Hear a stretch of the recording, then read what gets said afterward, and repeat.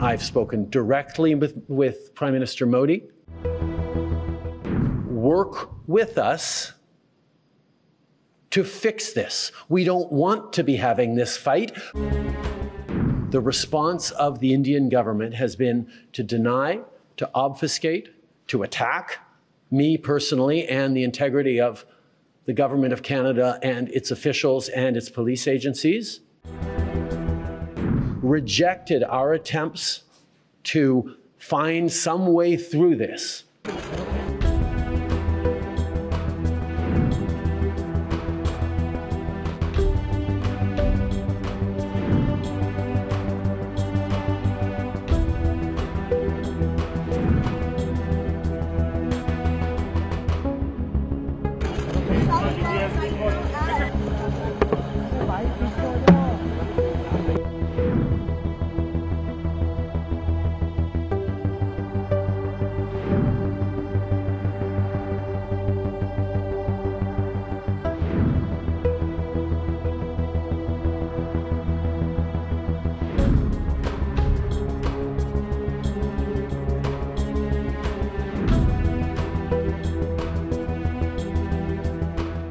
Well, first of all, let's highlight that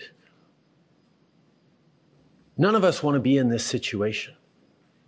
This is not a choice that Canada made to create a chill in Canada-India relations. India is an important democracy, is a country with which we have deep historical people-to-people business ties, at a time where the instability around geopolitics mean democracies have to stick together. That is why when we started to understand through intelligence agencies that India was possibly, if not probably, behind Nijjar's killing, the killing of a Canadian on Canadian soil last summer, our first choice, our first actions were to reach out, yes, to our Five Eyes partners, but also to the government of India.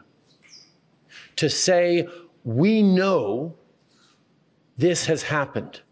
Work with us to fix this. We don't want to be having this fight, but obviously, the killing of a Canadian on Canadian soil is not something that we can ignore as a country. So every step of the way, we have apprised India of what we know. I've spoken directly with Prime Minister Modi. We have engaged with intelligence counterparts.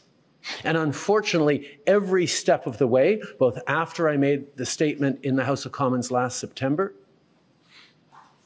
and till now, the response of the Indian government has been to deny, to obfuscate, to attack me personally and the integrity of the Government of Canada and its officials and its police agencies. And we have simply said, we're going to allow our agencies to do the work, particularly to move from intelligence collection from agencies to police investigations that result in arrests, trials, and consequences within a rigorous and robust and independent judicial system. That has been our approach every step of the way. And indeed, over this past week, when the RCMP reached out to its law enforcement counterparts in India, there was a path where we could have worked together to ensure accountability and changes and steps that would have resulted in keeping Canadians safe, because that is our top priority. India, the Indian government, rejected those advances, rejected our attempts to find some way through this.